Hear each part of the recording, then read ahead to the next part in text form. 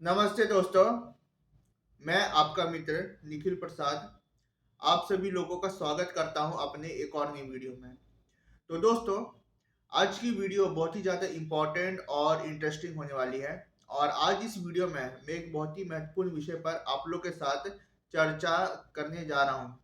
तो अंत तक इस वीडियो में बने रहें क्योंकि हो सकता है कि इस वीडियो के अंत तक आपको बहुत कुछ महत्वपूर्ण जानकारियाँ जानने को मिले। तो दोस्तों, आज इस वीडियो में मैं एक बहुत ही अच्छे एक्सरसाइज के बारे में बताऊंगा जो कि हर हकलाने वाले के लिए बहुत ही ज़्यादा इम्पोर्टेंट है। खासकर यह एक्सरसाइज उन लोगों के लिए इम्पोर्टेंट है जिन लोगों को काफ़ी ज़्यादा सीवियर स्टैमरिंग की इशू है, मतलब कि वह हर शब्द में अटकते हैं और हकलाते हैं। तो आइए हम लोग एक बहुत ही इम्पोर्टेंट एक्सरसाइज के बारे में डिस्कशन करते हैं कि वह एक्सरसाइज क्या है और अगर हम लोग डेली बेसिस पर उस एक्सरसाइज को करें तो हमें कितना बेनिफिट मिलता है। तो दोस्तों, वह एक्सरसाइज है बुक रीडिंग एक्सरसाइज।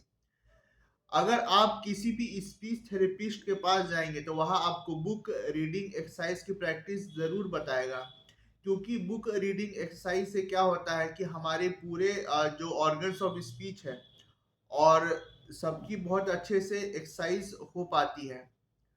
और बहुत सारे लोगों का जो हकलाना होता है वो डायरेक्ट लिंक होता है उनके स्पीकिंग पैटर्न से। ठीक है कि हमेशा से वह अटक अटक के बोलते हैं। तो अगर बुक रीडिंग प्रैक्टिस से उनका स्पीकिंग पैटर्न में अगर कुछ चेंज आ जाए तो उनको स्टैमरिंग में काफ़ी राहत मिलती है। तो आइए अभी मैं आपको एक डिमॉन्स्ट्रेशन दूंगा कि कैसे आप घर बैठ करके आप सेल्फ स्पीच थेरेपी कर सकते हैं, वो भी बुक रीडिंग एक्सरसाइज के माध्यम से। तो दोस्तों, मैं अभी एक बुक अपने हाथ में लिया हुआ हूँ। तो अब मैं आपको यह बुक पढ़ के बताऊंगा कि अगर आपको सीवियर स्टैमरिंग की इशू है तो आप कैसे जो है बुक पढ़ करके आप खुद से आप प्रैक्टिस कर सकते हैं अपने घर पर बैठ के। तो मेरे हाथ में एक पुस्तक है और उसका नाम है अपना हाथ जगन्नाथ, जो कि टीसा की सेल्फ हेल्प मैनुअल है। उन लोगों के लिए यह लिखी गई है जिन लोगों को काफ़ी सीवियर स्टैमरिंग की इशू है। तो अगर आपको स्टैमरिंग की दिक्कत है तो ज़रूर आप टीसा के जो अपना हाथ जगन्नाथ है उसको आप खरीदें और आप उसको अच्छे से पढ़े। अगर वो पुस्तक आपके पास पहले से ही मौजूद है तो ज़रूर वक्त निकाल करके उसको पढ़िए। आपको उससे बहुत कुछ नॉलेज मिलेगा और आपको बहुत कुछ अच्छी बातें सीखने को मिलेगी। तो अब मैं बताऊंगा कैसे आपको बुक रीडिंग प्रैक्टिस करनी है। तो पिछले 8 वर्षों में टीसा से जुड़े ज्यादातर लोगों ने बताया कि स्पीच थेरेपी से उन्हें सिर्फ कुछ दिनों या हफ्तों का लाभ मिला। कुछ समय बाद उनका हकलाना फिर से लौट आया। इससे हमें दो बातें समझ में आती है। एक, जैसे मलेरिया या ब्रोंकाइटिस का क्योर इलाज संभव है, वैसे स्टैमरिंग में नहीं। दूसरी बात, हकलाने में काफी लंबे समय तक मदद की जरूरत पड़ती है और इसलिए जरूरत है कि हम अपनी स्पीच थेरेपिस्ट खुद बने। दूसरा, कब तक हमारी मदद करेगा और करे भी तो लंबे समय तक उसकी फीस कितने दे पाएंगे। यानी अगर आप अगले 1 साल तक बाइक पर भारत भ्रमण की योजना बना रहे हैं तो स्पार्क प्लग साफ करना भी सीख ले और पंचर लगाना भी, क्योंकि तभी तो सफर का मजा आएगा। तो दोस्तों, मैंने अभी आपके सामने एक पैराग्राफ पढ़ी और उस पैराग्राफ में मैंने काफी शब्दों पर स्ट्रेच किया, है ना। और उस टेक्निक को बोलते हैं प्रोलोंगेशन टेक्निक। कि मुझे लगा अंदर से कि मैं उस शब्द पर हकला जाऊंगा, मुझे बोलने में काफी ज्यादा स्ट्रेस आएगा। तो मैंने उस स्ट्रेस को अपने शब्दों पर आने नहीं दिया, बल्कि उसको मैंने खींच करके स्ट्रेच करके मैंने प्रोलोंगेशन यूज करके आराम से बोल दिया। तो इस प्रोलोंगेशन से क्या होता है कि आपके बोलने में एक लय आता है। और भले आप जो है उस प्रोनाउंसिएशन के साथ, एग्जैक्ट प्रोनाउंसिएशन के साथ आप ना बोल पाए, फिर भी कम से कम आप उस शब्द को बोलना सीख जाओगे।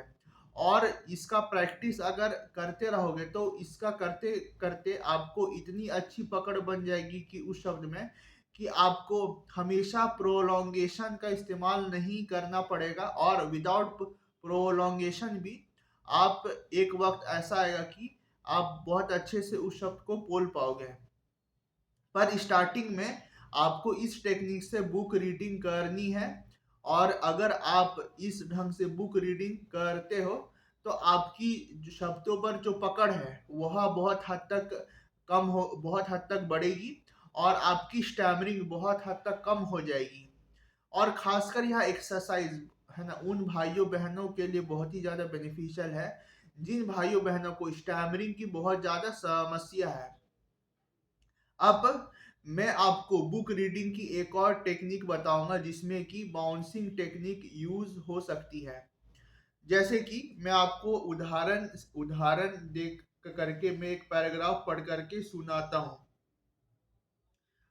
पी पी पी पी पिछले 8 वर्षों में T T T T Tessa से जुड़े ज्यादातर लोगों ने बताया कि स्पीच थे थे थे थे थेरेपी से उन्हें सिर्फ कुछ दिनों या हफ्तों का लाभ मिला। कुछ समय बाद उनका ह ह ह ह ह हकलाना फिर से लौट आया।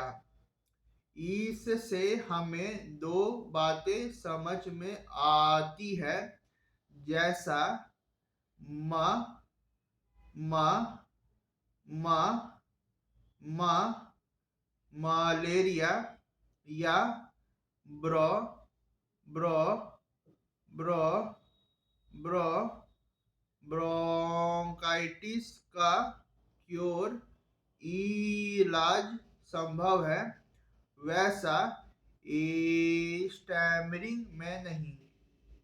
दूसरी बात, ह ह ह ह हकलाने में काफी लंबे समय तक मदद की ज ज ज ज जरूरत पड़ती है। और इसीलिए ज ज ज ज जरूरत है कि हम अपने स्पीच थे थे थे थे थेरेपिस्ट खुद बने। दूसरा, कब तक हमारी मदद करेगा, और करे भी तो लंबे समय तक उसकी फीस कितनी दे पाएंगे। यानी अगर आप अगले 1 साल तक बाइक पर भारत भ्रमण की योजना बना रहे हो तो स्पार्क प्लग साफ करना भी सीख ले। और प प प प प पंचर लगाना भी, क्योंकि तभी तो सफर का मजा आएगा। तो दोस्तों, मैंने अभी प्रोलोंगेशन और बाउंसिंग इन दोनों का इस्तेमाल किया है। आपने देखा कि मैंने कुछ शब्दों पर बाउंसिंग का इस्तेमाल किया है, जिन शब्दों पर मुझे काफ़ी ज़्यादा जो है स्टैमरिंग होती है अमूमन बोलने में। तो मैंने बुक रीडिंग एक्सरसाइज से मैंने उस शब्द को बाउंसिंग का अभ्यास से मैंने बोला है ना, और बाउंसिंग करते हुए मैंने बोला। तो इससे क्या होगा कि एटलीस्ट मेरी उस शब्द पर पकड़ बन पाएगी।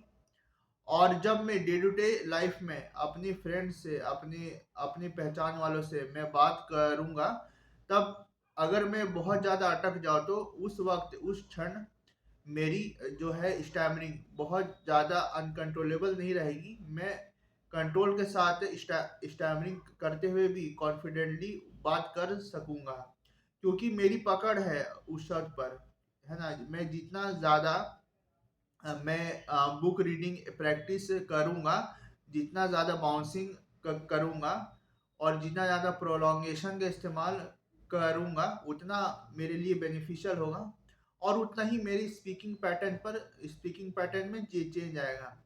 तो दोस्तों, यह थी एक बुक रीडिंग एक्सरसाइज जो कि मैं आप लोगों के साथ शेयर करना चाहता था, खासकर उन भाइयों बहनों के लिए जिन लोगों को सीवियर स्टैमरिंग की इशू है, और यह एक्सरसाइज बहुत ही ज़्यादा बेनिफिशियल है।